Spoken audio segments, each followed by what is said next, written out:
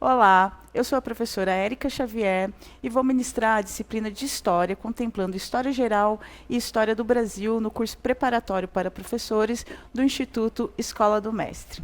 Bem, eu sou formada em História, sou especialista em ensino de História e História Social e mestre em História Social pela Universidade Estadual de Londrina. Neste curso, nós vamos abordar a história a partir da periodização quadripartite, como é conhecido o modelo francês, que pressupõe a Idade Antiga, Média, Moderna e Contemporânea.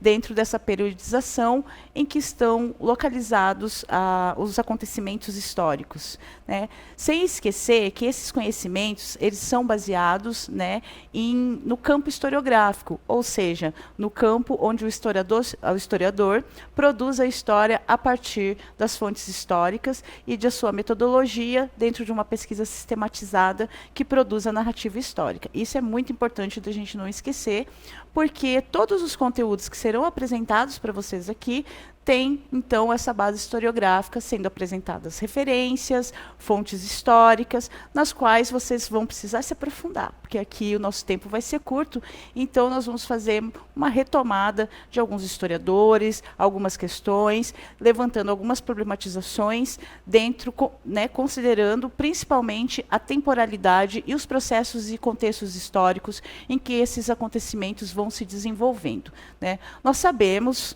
que é impossível, né, abarcar a história do homem das cavernas ao terceiro milênio.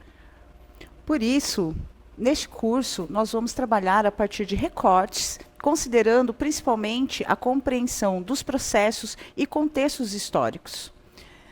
Sem considerar os contextos históricos e a temporalidade que envolve cada acontecimento, nós podemos correr o risco de nos perder, né? Como eu disse, é impossível decorar toda a história. Então, para isso, precisamos criar o quê? Um raciocínio histórico, de forma que a nossa memória consiga guardar, né, reter as rupturas, as continuidades históricas e nos permita localizarmos no tempo e no espaço, né, considerando, obviamente, os sujeitos que compõem a história, visto que a história é feita pelos sujeitos, né? Então, nesse sentido, né, ao estudar a história, é importante que a gente relacione os processos históricos, as conjunturas, aos acontecimentos. Com certeza, isso vai ajudar você a resolver as questões do concurso na hora que você estiver fazendo sua prova, né, com muito sucesso.